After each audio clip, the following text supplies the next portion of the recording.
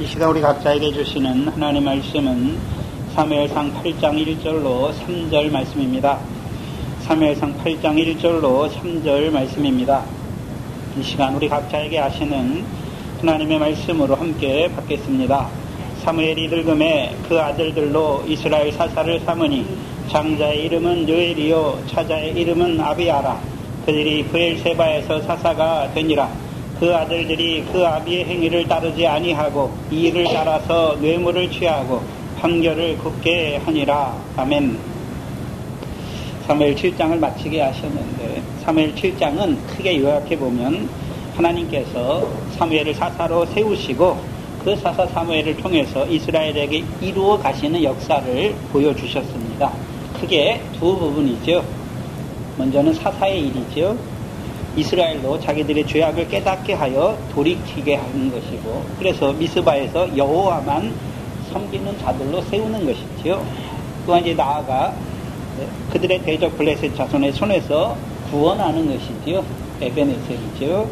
그리고 이제 빼앗겼던 그 땅을 회복하게 하시고 그 땅에서 태평을 누리는 자들로 세우는 역사가 첫 번째입니다. 두 번째는요, 이제 하나님께서 땅의 태평을 누리는 자들을 사무엘을 통해서 다스리게 하신 것이죠. 그 사무엘을 통해 블레셋 자손의 손에서 구원을 받게 하신 자들, 또한 땅의 태평을 누리게 하신 자들을 다스리게 하신 것이지요. 그래서 지난 시간에 그 다스림의 의미가 무엇인지를 우리에게 나타내 주셨습니다. 그래서 하나님께서 사무엘을 통해 이스라엘을 다스림의 핵심은 무엇입니까? 판결이죠. 재판입니까? 그렇죠? 그래서 우리가 지난 시간에 광야에서의 모세의 다스림, 또한 가나안 땅에서의 다스림은 약간 차이가 있지요. 그래서 모세를 통해서 이스라엘 광야에서의 다스림은 모세를 통해서 이스라엘 백성을 애굽에서 구원하여 내시고 이제 그들에게 여호와 율례와 법도를 가르쳐서 그들로 하여금 이제 그들의 갈 길과 행할 일이 무엇인지를 가르치는 것이죠.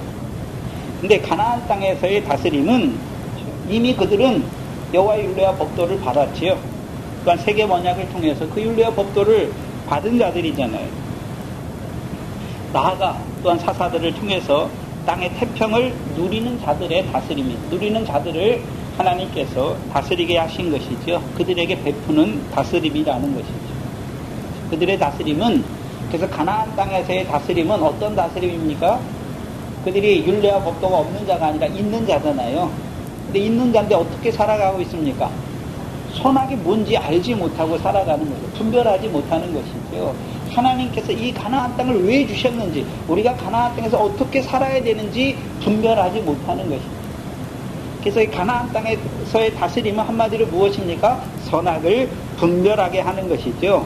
그래서 하나님의 백성으로 하여금 선악을 분별하게 하여서 범사에 좋은 것은 취하게 하는 것이고 악한 것은 모양이라도 버리게 하는 것이죠. 근데 사사들마다 다 다른 것이죠. 신약으로 말하면 하나님의 선하시고 기뻐하시고 온전하신 뜻이 무엇인지를 분별하게 하여서 그들로 하늘에 계신 그 아버지의 뜻대로 행하는 자들로 살아가게 하시는 거예요. 그게 다스림이에요. 으로 말하면 하나님께서 가나안 땅을 주신 그 하나님의 뜻을 깨닫게 하여서 분별하게 하여서 그 땅을 영원한 기업의 소유로 삼는 생활이 무엇인지를 분별하게 하는 것입니다. 한마디로 무엇입니까? 여호와의 명령을 청종하는 자들로 살아가게 하는 것입니다. 저와 여러분은 복음으로 우리를 부르셨죠? 왜 부르셨습니까? 하나님 나라의 백성으로 살아가게 하시려고. 그렇죠? 그럼 그 하나님 나라의 백성으로 살아가는 그것이 무엇인지를 예수님의 교훈을 통해서 우리에게 하나님 나라의 일이 무엇인지를 가르쳐 주신 것이죠. 그럼 신약에 저와 여러분들이 이제 하나님 나라에서 다스림을 받는다는 것은 주의 교훈을 받는 것이죠. 깨닫는 것이죠. 우리로 하여금 하나님 나라 백성으로 세우신 일이 무엇입니까? 하나님 나라의 일을 하게 하셔서 이제 하나님 나라를 유업으로 얻는 자로 세우시는 것이죠. 그래서 우리의 삶 속에서 분별하는 거예요. 이게 하나님 나라의 일인지 아니면요 쓸데없는 일인지. 육신의 일인지 성령의 소욕을 따르는 일인지를 분별하게 하시는 것입니다.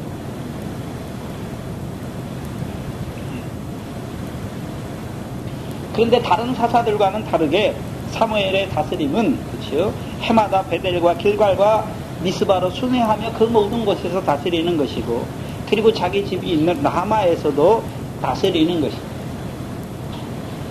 그러면 다른 사사들과 사무엘의 다른 점이 뭐냐 하면, 기드온을 우리가 한번 생각해 보면 기드온을 통해서 하나님이 구원을 이루시고 그 땅의 태평을 이루셨죠.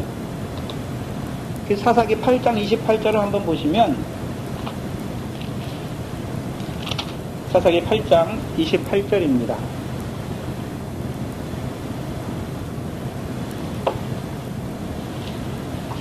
미디안이 이스라엘 자손 앞에 복종하여 다시는 그 머리를 들지 못하였으므로 기드온의 사는 날 동안 40년에 그 땅이 태평한 것이죠. 그러면 기드온을 통해서 구원을 이루실 뿐만 아니라 40년 동안 그 땅이 태평하게 하신 것이죠. 그러면 기드온이 살아있는 날 동안이잖아요. 하나님이 기드온을 통해서 다스리게 하신 것이죠. 그럼 그 다스림은 그 땅에 이제 밀이 가득하게 되는 것이죠. 그렇죠? 밀에 결실하는 자들로 살아가게 되는 것입니다. 근데 사무엘의 다스림은 그렇죠? 이미 그렇죠? 사무엘을 사사로 세우시고 블레셋 자손의 손에서 구원하시고 빼앗겼던 땅을 회복하여서 그 땅의 태평을 누리게 하셨죠. 근데 거기서 그치는 것이 아니라 이제 해마다 베델과 길갈과 미스바로 순회하고, 나아가 자기 집이 있는 라마에서도 하나님이 사무엘을 통해 이스라엘을 다스리게 하시는 것입니다. 그래서 사무엘의 다스림은 두 가지죠. 두 가지 큰 의미에서, 먼저 사무엘을 통한 땅의 태평을 누리는 자들, 그게 사사와 같은 의미죠. 그건 사사들을 통해서 이루신 땅의 태평을 누리게 하신 그 다스림이 첫 번째죠. 그러면 그 땅을 블레셋 자손에게 빼앗겼던 땅을 회복하고 그 땅의 태평을 누리는 자들의 삶이 무엇입니까? 이제 자기 의를 따라 드리는 것이 아니라 하나님의 자비와 긍휼을 맛보고 또 인자와 진실을 따라 가장 좋은 예물과 재물을 하나님께 드리는 자들로 살아가게 하는 것입니다. 이제 그들을 다스리게 하신 거예요. 해마다. 그렇죠?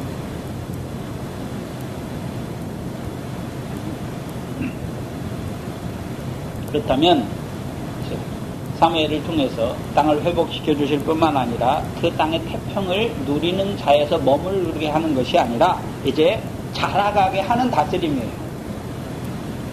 한마디로요, 더 장성한 자로 세우기 위해 다스려 주시는 것이죠. 그래서 그들의 길과 행할 일이 무엇인지를 가르쳐 주시는 거예요. 사무엘을 통해서. 신약적으로 말하면 에베소 4장 12절이죠. 하나님의 아들을 믿는 것과 아는 일에 하나가 되고 온전한 사람이 되어 그리스도의 장성한 분량이 충만한 데까지 이르게 하기 위해서 사무엘을 통해서 베델과 길갈과 미스바와 라마에서 이스라엘 백성을 다스리게 하신 것이죠.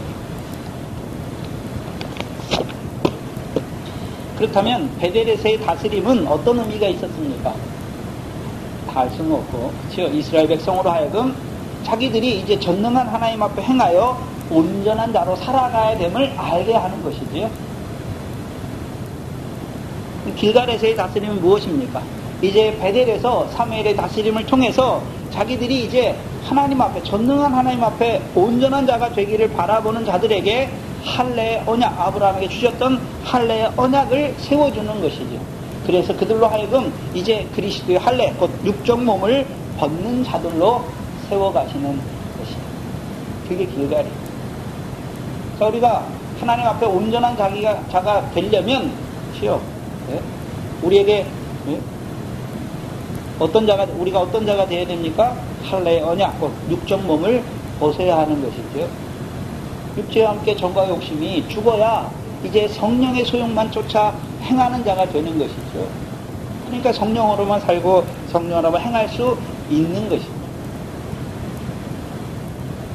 또한 미스바, 세 번째죠.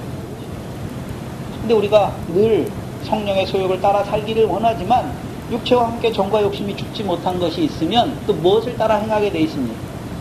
육적 몸을 온전히 벗지 못했으니 육체를 따라 행한 것이 무엇입니까? 우리의 죄잖아요. 그러니까 여호와 앞에 물을 붓고 금식하고 자백하는 미스바가 이루어지는 것입니다. 마지막 라마지요. 라마는 어떤 의미가 있었습니까? 자기 몸을 쳐 복종케 하는 것이죠. 또한요, 어린아이와 같이 자기를 낮추는 것입니다. 그것이 라마지요. 그래서 누가 큰 자입니까? 라마는 높은 것이에요. 누가 큰 자입니까? 누가 높은 자입니까? 자기를 낮추는 자가 높은 자인 걸 보여주셨죠. 그리고 라마에서 여호와를 위하여 단을 쌓게 하여서 이스라엘 백성으로 하여금 하나님이 기뻐하시고 거룩한 산제사를 드리는 자들로 세우는 거예요. 그게 사무엘의 다스림입니다. 그래서 베델에서만 다스리면 안 돼요. 베델의 다스림을 통해 그 다스림을 깨닫는 자들을 길갈에서 다스려 주시는 것이고 미스바에서 다스려 주시는 것이고 이제 라마에서 다스려 주어서 그들로 하여금 라마에서 여호와를 위하여 단을 쌓은 그곳에서 이제 그들이 자기들의 몸으로 하나님의 기뻐하시는 거룩한 산제사를 드리는 자들로 세우는 거예요. 그것이 사무엘을 통한 다스림입니다. 근데 오늘은 사무엘이 늙었다라고 시작하죠. 사무엘상 8장 1절은 사무엘이 늙음에 이렇게 시작하는 것을 시작합니다. 사무엘이 늙었다라고 하는 것은 그냥 나이를 많이 먹어서 늙었다는 것을 말하는 것도 아니지요. 그건 자기를 위해 세상 사람들처럼 자기를 위해 살다가 늙은 것도 아닙니다. 늙기까지 하나님 백성을 전능한 하나님 앞에 행하여 온전한 자로 세우기 위해서 해마다 베델과 길갈과 미스바와 라마에서 이스라엘을 다스리면서 나이가 먹어서 늙은 것이죠. 그게 첫 번째 의미예요. 근데 두 번째 늙었다고 하는 의미는 창세기 24장을 한번 보셔야 되는데 창세기 24장입니다.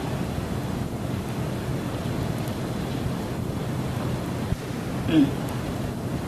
24장 1절 이하에 보시면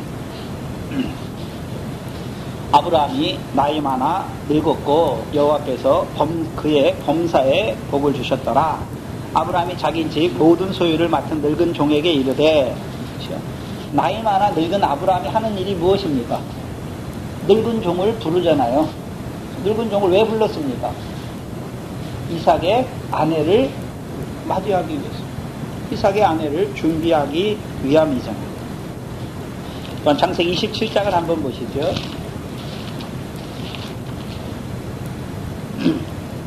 27장 1절 2절입니다.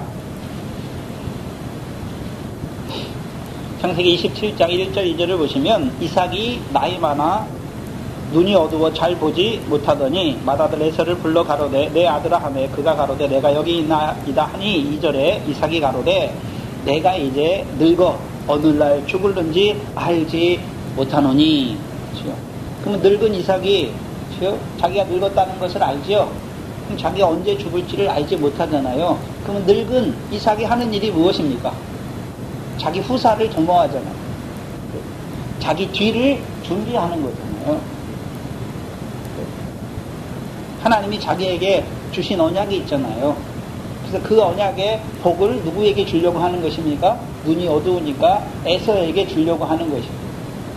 그럼 이삭이 자기가 늙었으니까 이제 하나님 자기가 죽을 날이 된 거죠. 그러니까 자기 뒤를 하나님의 언약을 이을 자기 뒤를 도모하는 것입니다.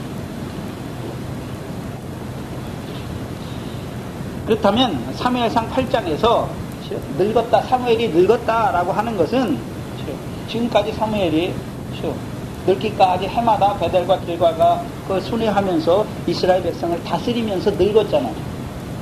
두 번째, 사무엘이 늙었다고 하는 것은 이제 사무엘도 뭐 할 때가 가까웠습니까? 죽을 때가 가까운 것을 보고 있다는 것입니다. 그러면 그 늙은 사무엘이 하는 일이 무엇입니까? 무엇을 도모합니까?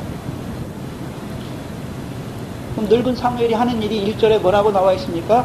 그 아들들로 이스라엘의 사사를 삼는 것입니다. 근데 여기서 우리가 생각해야 되는 것은 이스라엘 역사에서 사사는 사람이 세우는 것입니까? 하나님이 세우는 것입니까? 하나님이 세우시는 거예요.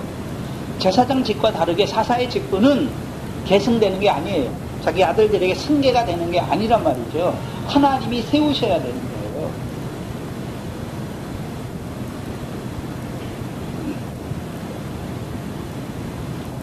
그런데 사무엘은 어떻게 합니까? 여기서 하나님이 그 아들들, 사무엘의 아들들을 사사로 세웠다 하신 말씀이 없어요. 누가 세우는 것입니까? 사무엘이 사사로서 자기 아들들을 이스라엘의 사사로 세운 것입니다. 여호수아서 13장입니다.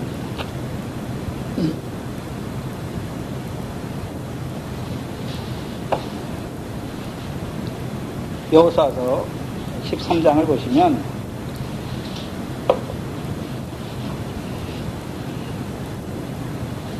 앞날 1절에 여호수아가 나이 많아 늙음에 근데 누가 여호와께서 그에게 이르시되 너는 나이 많아 늙었고 얻을 땅에 남은 것은 매우 많도다. 이 남은 땅은 이러하니 남은 땅이 무엇인지를 다 나타내주고 6절에 보시면 6절 중반절에 내가 그들을 이스라엘 자손 앞에서 쫓아내리니 너는 나의 명한 대로 그 땅을 이스라엘에게 분배하여 기업이 되게 하되 너는 이 땅을 9지파와 므낫세 반지파에게 나누어 기업이 되게 하라 하셨더라. 여호수아는 나이가 늙을 때 여호와께서 여호수아를 부르시고 이스라엘 백성에게 이를 일을 말씀하시죠. 이를 일이 무엇이었습니까? 남겨두신 땅이 있는데 그 땅도 이스라엘 백성에게 기업으로 주신 것을 알게 하는 것이죠. 그래서 9지파 반에게 그 땅을 기업으로 세우신 것을 알게 하는 것입니다. 근데 사무엘은 나이 늙었을 때에 하나님께서 늙은 사무엘에게 그렇죠? 말씀하신 것이 없어요. 그 두 아들을 사사로 세우라고 하신 말씀이 없단 말이죠.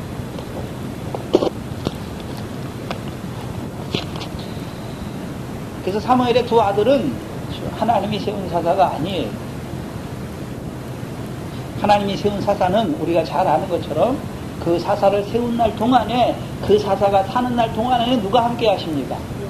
하나님께서 그 사사와 함께 하시잖아요. 함께 하신 것이죠.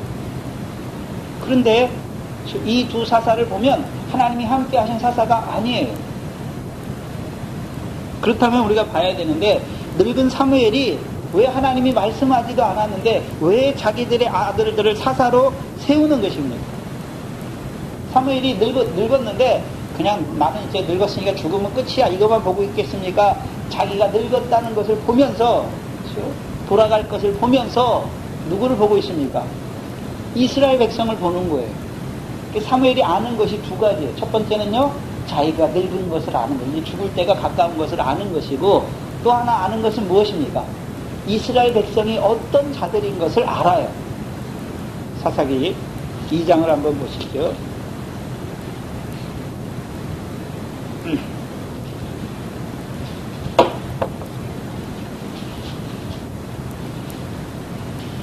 사사기 2장 19절입니다. 사사기 2장 19절에 보시면 그 사사가 죽은 후에는 이스라엘 백성이 계속해서 하나님을 섬깁니까? 그들이 돌이켜 그 열조보다 더욱 회개하여 다른 신들을 쫓아 섬겨 그들에게 절하고 그 행위와 패역한 길을 그치지 아니하는 자들이라는 것을 누가 밝혀야 합니까? 사무엘이 알고 있어요. 그렇다면 사무엘이 하나님이 자기를 이제 데려가시면 남은 이스라엘 백성을 뻔히 아는 것이지 어떤 자들입니까? 이스라엘 백성의 특성이 뭐냐 하면 하나님이 이스라엘 백성을 모세를 통해서 애굽에서 인도하여 내셨잖아요. 기사와 표적을 보이셨잖아요. 그런데 모세가 하나님의 말씀을 받기 위해 40일 동안 안 보이니까 하는 일이 무엇입니까? 이 모세는 어디 갔는지 모르겠다. 우리가 우리를 인도할 신을 우리를 위하여 만들자라고 하는 자들이죠. 가나안 땅에서 어떻습니까? 하나님이 사라사를 통해서, 그렇죠? 하나님이 살아계시고 하나님이 그들을 구원하시는 것을 알잖아요. 근데 사사가 없어지니까 또 어떻게 합니까? 여호와를 또 버리는 자들이 되는 거예요. 그럼 이 사무엘은, 그렇죠? 알고 있는 것이죠. 이스라엘 백성이 어떤 자라는 것을 알고 있잖아요. 그러면 이제 자기가 나이 늙어서 이제 또 하나님께 돌아갈 날이 다 됐는데, 그렇죠? 그러면 자기를 하나님이 데려가시면 이 남은 백성 이스라엘이 또 어떻게 될 것을 빤히 보고 있는 것이죠. 사무엘이 자기 아들들을 사사로 세운 것은 자기 아들들을 위해서 세운 것이 아니에요. 누구를 위해 세운 것입니까? 이스라엘 백성들을 위하여 세운 거예요. 왜요? 이스라엘 백성들로 하여금 다시금 돌이켜 여호와를 버리는 자로, 악을 행하는 자로 서지 않게 하기 위해서 세운 것이죠. 그런데 이 사무엘은 이삭처럼 나이가 늙어서 눈이 어둡지 않았어요. 엘리처럼요, 나이가 어두워 눈을 보지 못하는, 눈이 어두워서 보지 못하는 자가 아니란 말이죠. 뻔히 보고 있죠. 그런데 하나님께서는 사무엘이 세운, 사사로 세운 두 아들을 사사로 사용하지 않습니다.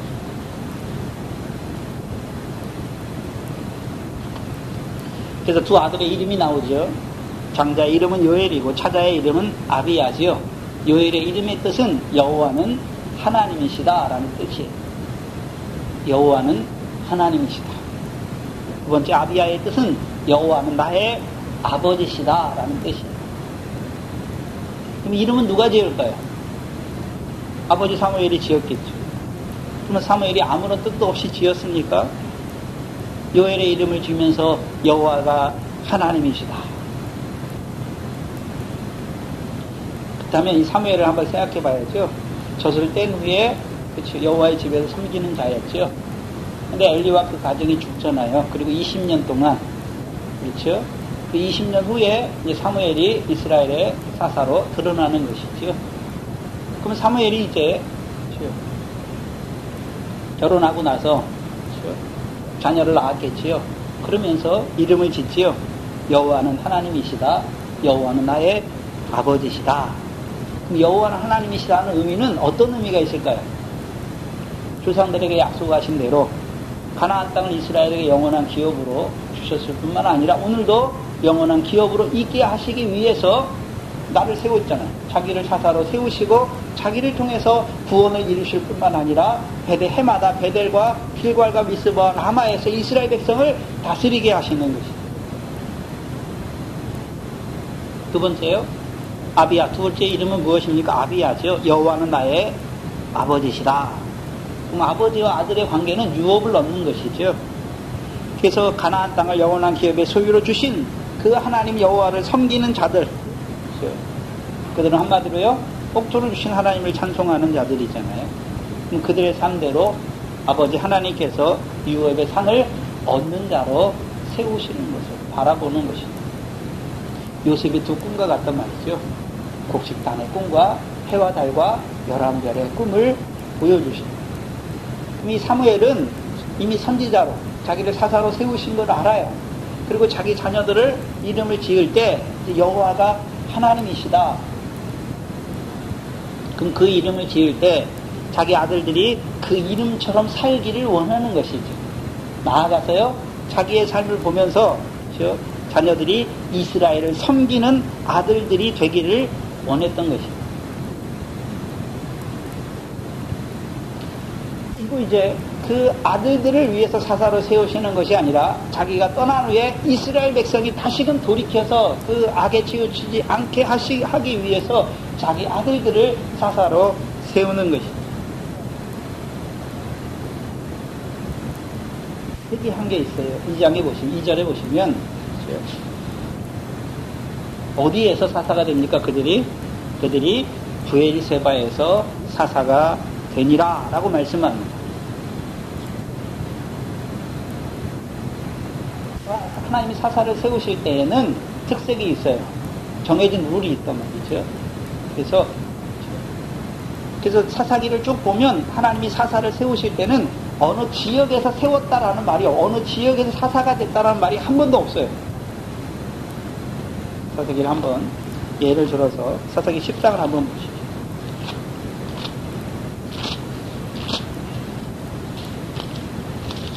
사사기 10장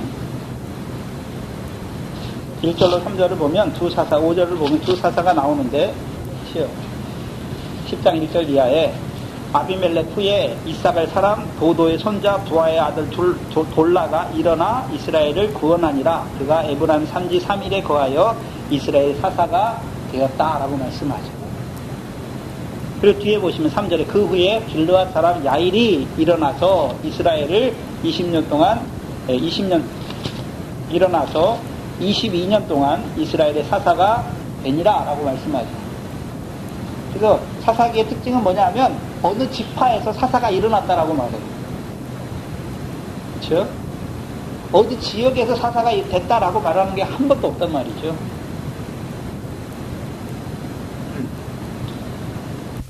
그래서 사사를 세우실 때는 하나님께서 어느 지파인지를 분명히 딱 보여주세요. 그렇죠? 그리고 그 사사를 통해 이루시는 구원이 무엇인지도 다 나타내 주시는 것이죠.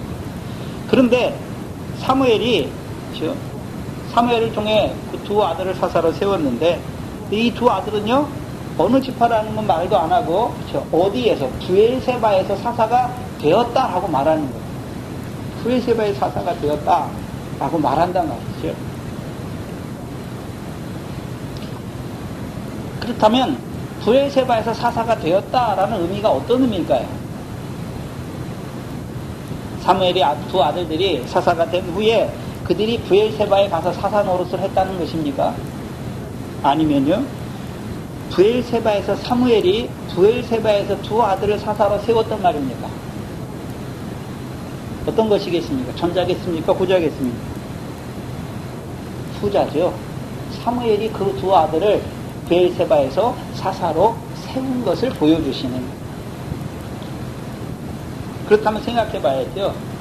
왜 늙은 사무엘은, 그렇죠? 왜 두 아들을 브엘세바에서, 자기 집은 라마인데, 그렇죠?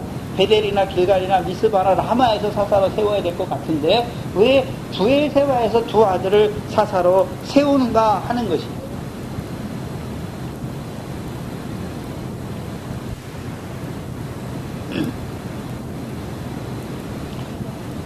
브엘세바에서 사사로 세운다는 의미는 그 사사로 세우는 이유가 무엇입니까? 다스리게 하시기 위해서. 이스라엘 백성 뭐하게 하기 위해서요? 다스리게 하십니다. 그 다스림의 핵심은 무엇입니까? 선악을 분별하는 자들로 살아가게 하는 것이죠. 그러면 우리가 봐야 돼요. 뭘 봐야 되냐면 브엘세바에서 선과 악은 무엇인가라고 하는 것을 봐야죠. 그럼 분명히 사무엘이 그 두 아들을 브엘세바에서 사사로 세웠으니까 그래서 브엘세바에서 이스라엘 백성으로 하여금 재판하게 하는 것이죠. 선악을 분별하게 하는 것이죠. 그러면 사무엘이 괜히 그냥 어쩌다가 브엘세바 간 게 아니에요. 일부러 브엘세바에서 그 아들들을 데려다가 거기에서 사사로 세우는 거예요. 왜요? 브엘세바에서 이스라엘 백성으로 하여금 브엘세바에서 선악을 분별하는 자로 살아가게 하려고 두 아들을 브엘세바에서 사사로 세운 것입니다. 창세기 21장 있지요.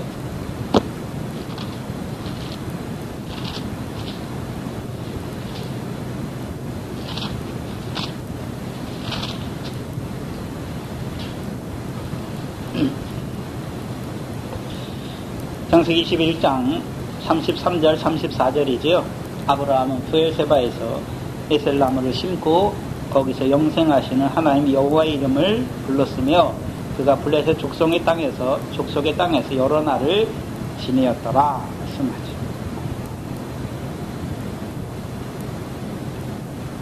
아브라함의 브엘세바가 나오죠. 그럼 사무엘이 자기 아들들을 브엘세바에서 사사로 세우는 이유가 무엇입니까? 이스라엘 백성으로 하여금 영생하신 하나님 여호와의 이름을 부르는 자로 세우는 것이죠. 그래서 브엘세바에서 선악은 어떤 의미가 있습니까? 영생을 그렇죠. 영생에 이르는 영생을 이루는 삶이 선이고 영생하지 못하는 삶이 뭡니까? 악이에요. 그렇죠. 이스라엘 백성으로 하여금 영생에 이르는 열매를 맺는 자들로 세우기 위해서 브엘세바에서 두 아들을 사사로 세우는 거예요. 그래서 이스라엘 백성으로 하여금 브엘세바에 살아가는 이스라엘 백성으로 하여금 이제 선악이 무엇인지를 분별하는 자들로 살아가게 하는 것입니다. 영생을 누리는 자는 선이고 영생을 누리지 못하는 자는 무엇입니까? 악이에요. 그럼 영생을 누리려면 영생에 이르는 열매 맺는 생명으로 사는 것이 선이고, 열매 없이 어두움을 위한 열매를 맺는 것은 다 무엇입니까? 그게 악이라는 것을 알게 하는 것이죠. 근데 창세기 21장을 봐야 되는데 21장 22절부터잖아요. 아브라함이 브엘세바에 있을 때 아비멜렉과 그 군대 장관 비골이 아브라함에게 나오잖아요. 언약을 세우자 그러죠. 그럼 23절에 그렇죠?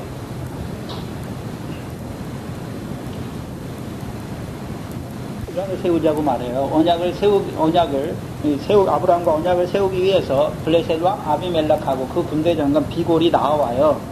근데 25절에 보면 아브라함이 아비멜렉을 책망해요. 뭐 때문에 책망합니까? 아브라함의 의무를 늑탈했단 말이죠.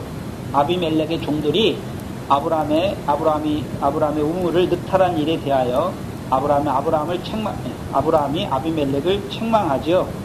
근데 아비멜렉이 뭐라 하냐면 나는 듣지 못하였더라. 그리고 오늘에야 들었다라고 말하죠. 그러니까 아브라함이 양과 소를 취하여 아비멜렉에게 주고 두 사람이 서로 언약을 세워요. 그런데 아브라함이 7 암양 새끼를 따로 놓지요. 그렇죠? 따로 놓는 이유가 30절에 나와요. 아브라함이 가로되 너는 내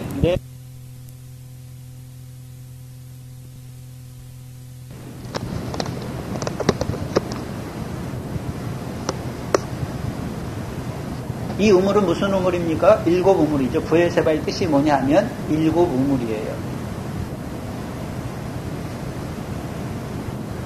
뭘 보여주십니까?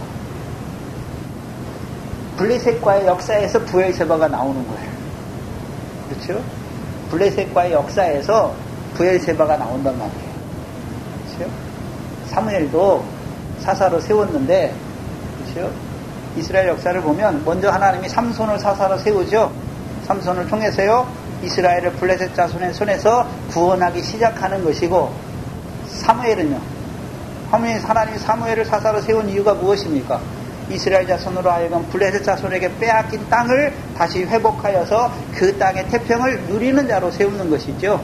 그리고 이제 그 사사 사무엘을 통해서 해마다 베델과 길갈과 미스바와 라마에서 이스라엘 백성을 다스려 주시죠. 이 다스리는 후에 그 다스림을 받는 자들을 위하여 누구를 세우는 것입니까? 자기 아들들을 브엘세바에서 사사로 세운단 말이죠. 왜 세웠겠습니까? 왜 세웠겠나요? 이제 블레셋 자손의 손에서 남은 땅만, 그 땅, 빼앗겼던 땅만 회복하기를 바랍니까? 사무엘은 이제 뭘 바라나요? 블레셋 자손의 우리가 사사기 3장 1절 이하에 보면 남겨두신 12개 땅 중에 블레셋 5방백의 땅이 있잖아요. 그 땅도 하나님께서 누구에게 기업으로 주셨습니까?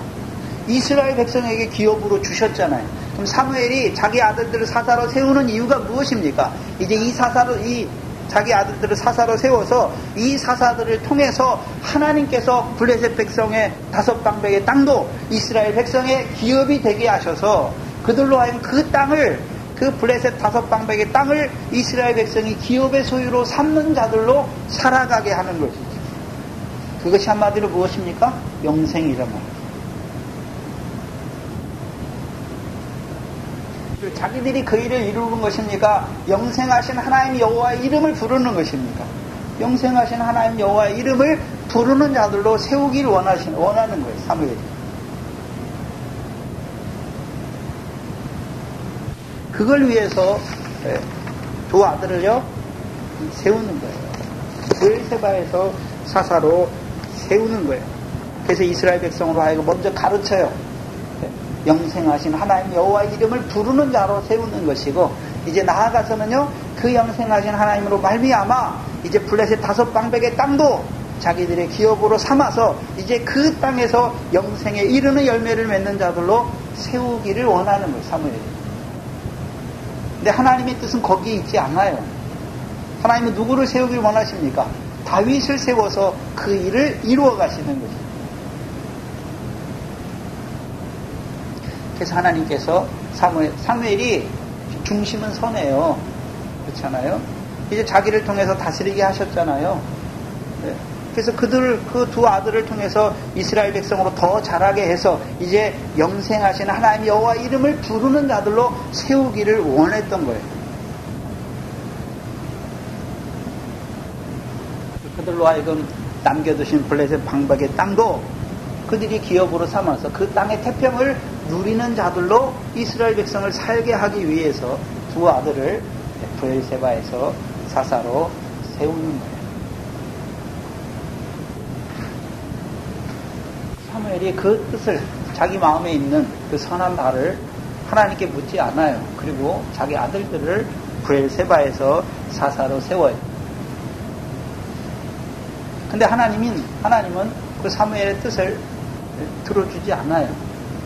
그래서 2절에 3절에 보시면 그 아들들이 아비의 행위를 따르지 아니하고 이를 따라서 뇌물을 취하고 판결을 굽게 하니라.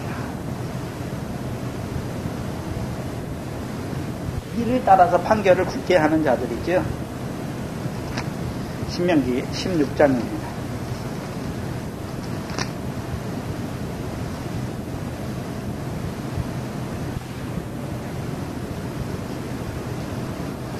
신명기 16장 18절로 20절 말씀입니다. 신명기 16장 18절로 20절 말씀입니다. 내 하나님 여호와께서 내게 줄치는 각 성에서 내 지파를 따라 재판자와 유사를 둘 것이요 그들은 공의로 백성을 재판할 것이니라. 너는 굽게 판단하지 말며 사람을 외모로 보지 말며 또 뇌물을 받지 말라. 뇌물은 지혜자의 눈을 어둡게 하고 의인의 말을 굽게 하느니라. 너는 마땅히 공의를 쫓으라. 그리하면 내가 살겠고 내 하나님 여호와께서 내게 주시는 땅을 얻으리라 말씀하죠. 지혜자의 눈을 어둡게 하는 거죠. 뇌물은 한마디로 하면 지혜자의 눈을 어둡게 하는 것이죠. 이들은 이를 따라서 뇌물을 받는 자니까, 그렇죠? 지혜가 없는, 눈이 어두운 자들이잖아요. 지혜가 없단 말이죠. 우리가 지혜라고 하는 것은, 그렇죠? 우리가 잠언서에 잘 나오죠. 여호와를 경외하는 것이 지혜의 근본이잖아요. 그렇죠? 여호와는 어떤 하나님입니까? 어떤 자가 경외하는 것입니까? 지난 시간에 우리가 살펴봤던 것처럼 시편 103편처럼 여호와의 자비와 은혜와 인자와 진실을 맛보는 자들이 여호와를 경외하는 것입니다.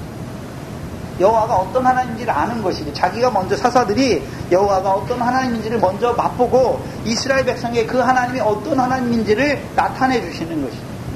그게 브엘세바예요. 특별히 브엘세바에는 영생하시는 하나님의 여호와를 나타내는 자리예요.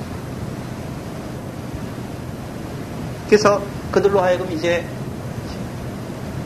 분별하는 자들, 선악을 분별하는 자들로 세워가야 될 자들이죠. 근데 이들이 어떤 자입니까? 여호와를 경외하지 않는단 말이죠. 눈이 어두운 자란 말이죠. 첫 번째는 하나님이 아니죠. 자기 아버지가 자기들을 왜 브엘세바에서 사사로 세웠는지를 알지 못해요. 그럼 만약에 이들이 지혜자가 되어서 여호와를 경외하고 자기들을 사사로 세운 그 일에 충성했다면 이스라엘 백성들이 이제 공의를 쫓는 자가 되는 것이죠. 20절에 보면 너는 마땅히 공의를 쫓으라. 그리하면 내가 살겠고 내 하나님 여호와께서 내게 뭘 주십니까? 땅을 주시잖아요. 땅을 얻게 하시잖아요. 그럼 사무엘이 원래 자기 아들들을 브엘세바 사사로 세운 목적이 무엇입니까? 그들로 하여금 먼저 여호와를 경외하는 자들로 세우고 그 사사들을 통해서 이스라엘 백성에게 여호와가 어떤 하나님이 나타내 주어서 이스라엘 백성도 그 여호와를 경외하는 자들이 되게 하는 것이죠. 이 경외하는 자들이 이제 공의를 따라 행하는 자들이 되면 여호와께서 그들에게 어느 땅을 주십니까? 블레셋 5방백의 땅을 주시는 거예요. 그래서 사사기 3장 1절로 4절에 하나님께서 남은 열국을 두신 이유가 무엇입니까? 이스라엘로 모세를 통해 명하신 명령을 청종하는지 아니하는지 알고자 하심이지. 그럼 이스라엘 백성으로 하여금 이제 브엘세바에서 선악을 분별하게 했잖아요. 그러면 그 선을 따라서, 그 명령을 따라서 선을 행하는 자들에게 하나님께서 블레셋 방백의 땅을 주어서 그들의 기업이 되게 하는 것입니다. 근데 문제는요, 이를 따라서 뇌물을 취하고 판결을 굽게 하는 것이죠. 원래 브엘세바에서 다스리면 판결은 선악을 분별하게 하는 것이죠. 이제 무엇이 선입니까? 영생에 이르는 열매가 선이에요. 열매가 없는 건 다 무엇입니까? 어두움이란 말이죠. 그래서 우리가 잘 아는 에베소서 5장 있잖아요. 빛의 열매는 모든 의로움과 진실함과 착함이 있다. 열매 없는 어둠의 일에 참여하지 말라 말씀하신 것입니다. 영생에 이르는 열매가 무엇입니까? 사랑이 된 사랑, 성령의 열매, 하나님의 나라를 유혹으로 얻게 하는 그 열매가 무엇입니까? 사랑이죠, 사랑. 그렇다면 브엘세바에서 영생하신 하나님은 어떤 하나님입니까? 우리 보고 하나님 사랑하고 우리 보고 이웃을 사랑하라 말씀하시니까 우리를 사랑하시는 그 하나님을 먼저 맛보게 하였습니다. 이제 그 사랑 안에서 자라가서 우리도 이제 그 사랑으로 형제를 사랑하는 자가 되게 하는 것입니다. 이 두 아들은요, 이 브엘세바에서 자기들이 사사로 다스리긴 하는데 이를 따라서 판결을 굽게 하는 자들이죠. 이게 무슨 말이냐 하면 누가복음 6장입니다. 6장 31절 이하에 보시면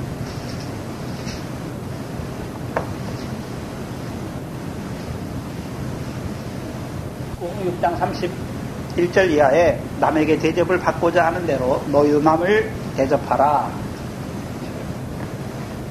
그럼 남에게 받고자 하는 대로 너희도 남을 대접하라 말씀하시고 이제 32절 이하가 이루어지죠. 그렇죠? 너희가 만일 너희를 사랑하는 자를 사랑하면 칭찬받을 것이 무엇이뇨? 죄인들도 사랑하는 자를 사랑하느니라. 너희가 만일 선대하는 자를 선대하면 칭찬받을 것이 무엇이뇨? 죄인들도 이렇게 하느니라. 너희가 받기를 바라고 사람들에게 여기 빌려주는 거예요. 빌려주면 칭찬받을 것이 무엇이뇨? 죄인들도 의수히 받고자 하여 죄인에게 빌려주느니라. 35절에 오직 너희는 원수를 사랑하고 선대하며 아무것도 바라지 말고 빌려주라. 그리하면 너희 상이 클 것이요 또 지극히 높으신 이의 아들이 되리니 그는 은혜를 모르는 자와 악한 자에게도 인자로우시니라 말씀하십니다. 그리고 36절에 너희 아버지의 인자하신 것 같이 너희도 자비하신 것 같이 너희도 어떤 자가 되라고요? 자비하자. 그렇다면 자 물론 이를 따라서 뇌물을 따라서 이를 굳게 한다라는 의미는 이중적 의미가 있는데 육신의 그것 때문에 판결을 굳게 한다는 의미도 되지만 그렇죠? 이 브엘세바에서 이를 따라 판결을 굳게 하는 자들의 의미는 그렇죠? 하나님이 은혜를 모르는 자와 악한 자에게도 하나님이 뭐 하십니까? 인자하시잖아요. 그럼 그 인자하심을 맛봤으면 우리도 어떻게 해야 되는 것입니까? 네? 은혜를 모르는 자와 죄인에게도 인자를 베풀어야 되는 것이죠. 그게 뭡니까? 그게 영생이에요. 그러면 이를 따라 받는 건 무엇입니까? 자기를 사랑하는 자를 사랑하고 자기를 미워하는 자는 어떻게 합니까? 미워하는 자가 된 거예요. 물론 원초적인 뜻은 물질을 따라서 이를 판결을 굳게 한다는 의미도 있는데 저와 여러분이 물질만 이루은 것입니까? 이 사람이 나를 사랑하면 그 일을 따라서 나도 이 사람을 사랑하고 이 사람이 나를 미워하면 나도 내게 이익이 없는 거죠. 그러니까 나도 이 사람을 미워하는 것이죠. 그게 일을 따라 판단한단 말이죠. 내게 이익이 되는지 내게 좋은 건지 안 좋은 건지에 따라서 우리가 어떻게 합니까? 행하잖아요. 분명히 우리에게 영생의 말씀을 주셨잖아요. 영생의 말씀을 주셨는데 나를 사랑하는 자만 사랑하게 하셨습니까? 아니잖아요. 나를 사랑하는 자를 사랑하고 나를 미워하는 자를 미워하면 이방인들이 하는 것처럼 똑같단 말이에요. 똑같단 말이에요. 근데 하나님은 그렇게 하십니까? 하나님 그렇게 하지 않습니까? 하나님은 은혜를 모르는 자와 악한 자에게도 인자를 베푸시잖아요. 그러면 너희가 영생하신 하나님을 부른다면, 영생의 말씀을 받았다면, 그 영생과 하나님을 경험했다면, 맛봤다면, 그의 인자를 맛봤다면 우리도 어떤 자가 되어야 되는 것입니까? 은혜를 모르는 자와 악한 자에게 그들이 내게 악을 행하는 대로 내 은혜를 모르는 대로 하니까 나도 그들을 미워하고 이제는 안 해. 그렇게 산다는 게 아니란 말이에요. 은혜를 모르지만, 그렇죠? 악을 행하지만, 그렇죠? 먼저 하나님께서 은혜를 모르던 나를, 악한 자를, 나에게 인자를 부셨잖아요. 긍휼을 베푸신 것이죠. 나에게 긍휼을 베풀었으니까 우리도 이제, 그렇죠? 은혜를 모르고 악한 자로 살아가는 그들에게 뭘 베푸는 것입니까? 그들이 우리를 뭐 하기 때문에 베푸는 게 아니란 말이죠. 오히려 대적하고, 오히려 우리에게 해코지하고, 원수로 우리를 찌르지만 오히려 우리는 어떻게 하는 것입니까? 사랑하는 것이죠. 그래서 27절이잖아요. 6장 27절에 너희 듣는 자에게 내가 이르노니 너희 원수를 사랑하며 너희를 미워하는 자를 선대하며 너희를 저주하는 자를 위하여 축복하며 너희를 모욕하는 자를 위하여 기도하라 말씀하십니다. 마태복음 5장에도, 그렇죠? 5장 마지막 부분에도 이 말씀이 나오잖아요. 원수를 위하여, 원수를 대적하지 말고, 원수를 갚지 말고 원수를 사랑하고 대적한 핍박하는 자를 위하여 기도하라 하시고, 그 뒤에는요, 하나님은 악인과 선인에게 해를 비추게 하십니다. 불의한 자나 의로운 자에게도 비를 주시는 하나님이시죠. 그리고서 그 뒤에 뭐가 나옵니까? 너희를 사랑하는 자를 너희가 사랑하면, 그렇죠, 이방인과 똑같다라고 말씀하시죠. 근데 마태복음 본문에서는 하늘에 계신 너희 아버지의 온전하신 것 같이 너희도 어떤 자가 되라고요? 온전한 자가 되라. 상의 의미에서 대해서 말하는 것이고, 누가복음에서는요, 하나님의 자비하신 것 같이 너희도요, 뭐하는 자가 되라고요? 자비한 자가 되라 라고 말씀하시는 거예요. 사랑하는 자를 사랑하고 나를 미워하는 자는 미워하는 그 일을 따라서 하지 말고, 이제는요, 하나님이 내게 베푸신 것처럼, 그렇죠? 내게 자비를 베푸신 것처럼 너도 어떤 자가 되라고요? 자비를 베푸는 자. 너희도 자비하라 라고 말씀하신단 말이에요. 그래서 하나님께서 그 아들을 통해서 우리에게 자비를 베푸셨잖아요. 그럼 한 번만 베푸십니까? 계속해서 우리에게 자비와 긍휼을 베푸시는 것입니까? 계속해서 자비와 긍휼을 받았으니까 우리가 그 안에 자라가서 이제 주께서 우리를 얼마 날라 탕감해 주신 것처럼 그 은혜를 깨달았다면 우리의 일을 따라서 하는 것이 아니라 우리도요, 주께서 우리를 사랑하신 것처럼 우리도 형제를 사랑하는 자가 된단 말이죠. 근데 일을 따라 판결을 굳게 한다는 의미는, 브엘세바에서의 의미는 이제요, 나를 사랑하는 자를 사랑하고 나를 미워하는 자는 미워하는 자로 살아가요. 그게 옛계명 아래 살아가는 것입니다. 그래서 마태복음 5장에서는 내가 옛사람에게는 뭐라고 말했지만 나는 너희에게 말한다 말씀하시는 거죠. 그러면 사무엘을 한번 생각해 보죠. 사무엘은 어떻게 행했습니까? 아비의 행위를 따르지 않잖아요. 그럼 사무엘은 어떻게 행했습니까? 이스라엘 백성이 자기의 사무엘 말을 잘 듣고 사무엘을 위하니까 그들에게 은혜를 베풀고 사랑을 베풀고 그렇게 하는 것입니까? 아니에요. 아니잖아요. 이 백성이 어떠한지 아는 걸 알잖아요. 그렇지만 하나님께서 이 백성을 하나님의 백성으로 부르신 것을 보고, 그렇죠? 모세와 같이 목이 곧은 백성이지만 저희의 악과 저희와 함께 하셔서 저희의 악과 죄를 사하시고 저희에게 인자와 진실을 베풀어서 저희를 주의 기업의 백성으로 삼기를 원하는 자들. 이 백성이 자기를 알아주니까, 자기를 뭐 높여주고 이러니까 하는 게 아니란 말이죠. 근데 이 아들들이 이를 취하는 것입니다. 저와 여러분도 돌아보면, 그렇죠? 우리가 영생의 말씀을 받았다고 하고, 그 영생을 바라보면서도 우리의 삶이 대부분이 어떻습니까?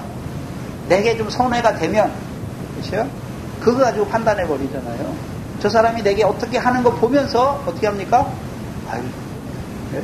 나는 저 사람한테 한다고 했는데 저 사람은 내게 자꾸 힘들게 하고 괴롭게 하니까 어떻게 합니까? 안 보면 되지. 원수처럼 여기고. 그게 일을 따라 판결을 굳게 하는 거예요.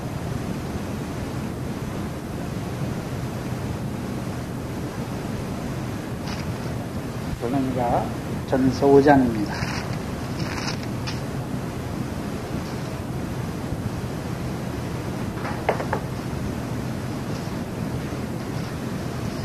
14절 15절을 보시면 형제들아 너희를 권면하노니 규모 없는 자들을 권계하며 마음이 약한 자들을 안위하고 힘이 없는 자들을 붙들어주며 모든 사람을 대하여 뭐하라 말씀하십니까? 오래 참으라. 3가 누가 누구에게 악으로 악을 갚지 말고 오직 피차 대하든지 모든 사람을 대하여 항상 뭐를 쫓는 것입니까? 선을 쫓는 것. 근데 우리가 일을 따를 때는 어떻습니까? 나에게 잘하는 사람 나에게 선을 베풀고 그 일을 따라 살아간단 말이죠. 그 판결이 굽은 거예요. 선악을 분별하지 못하는 것이죠. 그럼 브엘세바에서 선은 무엇입니까? 죄인을 사랑하는 게 선이에요. 내게 잘하는 자를 사랑하고 내게 미워하는 자를 미워하는 것은 악이란 말이에요. 내게 악을 행하고 나를 괴롭게 하고 원수로 살아가는 그를 위해서 뭐 하는 것입니까? 기도하는 거예요. 죄인을 사랑하시는 게 선이란 말이에요. 근데 문제는 저와 여러분이 어떤 자로 살아갑니까? 브엘세바 영생의 말씀을 받았으면서도 나예요, 나 중심이. 저 사람이 내게 어떻게 하는지 봐서 나도 하려고 하는 것이죠. 오래 참지 못해요. 항상 선을 쫓지 못한단 말이죠. 선은 달라요. 애굽에서 이스라엘 백성의 선은 무엇입니까? 모세를 통해서 유월절을 먹고 나오는 거예요. 광야에서의 선은 무엇입니까? 여호와가 하나님인 줄 아는 거예요. 이제 떡으로만 사는 것이 아니라 여호와 입에서 나오는 하나님의 말씀으로 사는 줄 아는 자가 되는 게 선이에요. 그럼 광야에서 악은 무엇이겠습니까? 여전히 풀의 꽃과 같은 그 육체를 따라 사는 게 악이란 말이죠. 하나님의 백성이면서. 그렇다면 이제 가나안 땅에 들어와서 처음에 가나안 땅에 들어와서 기드온 때의 악과 선은 무엇입니까? 미래 결실이 있는 게 선이고 미래 결실이 없는 것이 악이잖아요. 그렇다면 이제 사무엘을 통해서 그 아들을 브엘세바에 세우셔서 그들을 통해서 선악을 분별하게 하시잖아요. 무엇이 선입니까? 원수를 사랑하는 게 선이랍니다. 오늘 그 인자를 그 하나님이 그 아들을 통해서 우리에게 나타내 주셨잖아요. 맛보게 하신 것이지요. 그 예수 그리스도를 통해서 우리가요, 나 같은 죄인을 사랑하시는 그 사랑을 맛본 자가 되었기 때문에. 그러니까 우리도 형제를 조건 없이 사랑하는 것입니다. 그것이 이루어지게 하기 위해서 사무엘이 그 두 아들들을 브엘세바에서 사사로 세우는 거예요. 근데 하나님께서는 사무엘의 그 중심은 선하지만 하나님께서는요, 누구를 세우기를 원하십니까? 다윗을 왕으로 예선하십니다.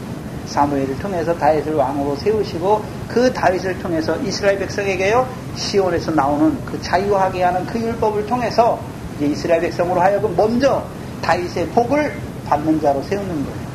그리고 그 복에서 자라간 자들이 자기들도요, 자기들에게 불법을 행하고 그 전 가운데 자기들에게 죄를 범하는 형제를 사하여 주는 자들로 세워가게 하시는 거예요.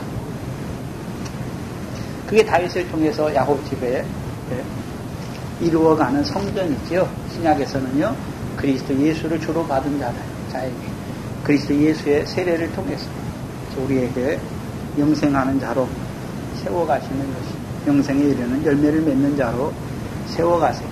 그 실제적인 삶이 브엘세바에서 일곱 우물을 먹는 자로 세워주시고, 이제 거기서 영생하신 하나님 여호와를 찾는 자로, 부르는 자로 세우지요. 그리고 창세기 22장이 무엇입니까? 영생하신 하나님을 부름에도 불구하고 아직도 소유를 팔지 못했잖아요. 그러니까 자기를 위해 살아가잖아요. 그래서 하나님이 창세기 22장에 아브라함을 부르시고 내 독자, 아브라함이 살아가는 독자 이삭을 팔게 해요. 주를 위해서 자기 아들을 파는 자로 세우는 것입니다. 그래서 주를 위해서 재산을 팔고 소유를 팔고 아내를 팔고 자식을 파는 자는 금세의 여러 배를 받고 무엇을 받습니까? 영생을 받지 못하는 자가 없을 것을 보여주시는 것입니다.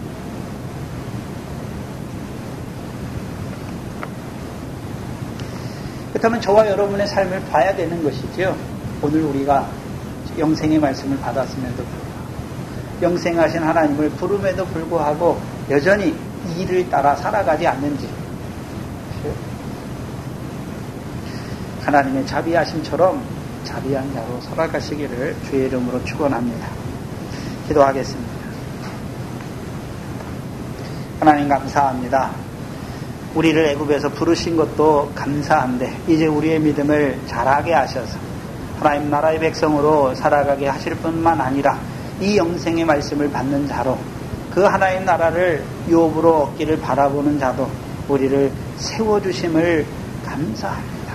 미련한 우리들 이 영생의 말씀으로 늘 우리에게 교훈하시고 경계하여 주시지만 우리가 사무엘의 아들들과 같이 이를 따라서 판결을 굳게 하는 미련한 자로 살아가는 저희들 다시 한번 돌아보게 하시고 우리를 세우신 우리를 그리스도 안에서 부르신 그 사랑을 늘 맛보게 하셔서 그 자비와 긍휼을 인하여 우리도 그 자비하심을 맛본 자로 이제 자비를 베푸는 자로 살아갈 수 있도록 아버지 하나님 은혜를 베풀어 주시옵소서. 늘 우리를 하나님 말씀 앞에 나오게 하셔서 그 예수 그리스도로 말미암아 우리에게 베푸시는 그 세 계명의 첫 번째 돌판 안에서 자라게 하셨사. 이제 자라난 대로 마땅히 이제 우리에게 그 하나님 나라를 유업으로 얻게 하는 그 영생의 열매가 풍성한 하나님의 교회가 되게 하여 주시옵소서.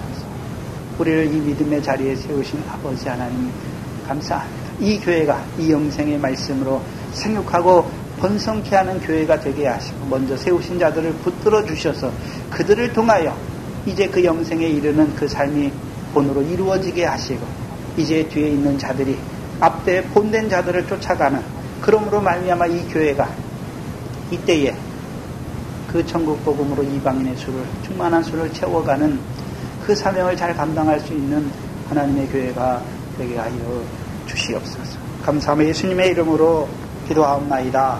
아멘.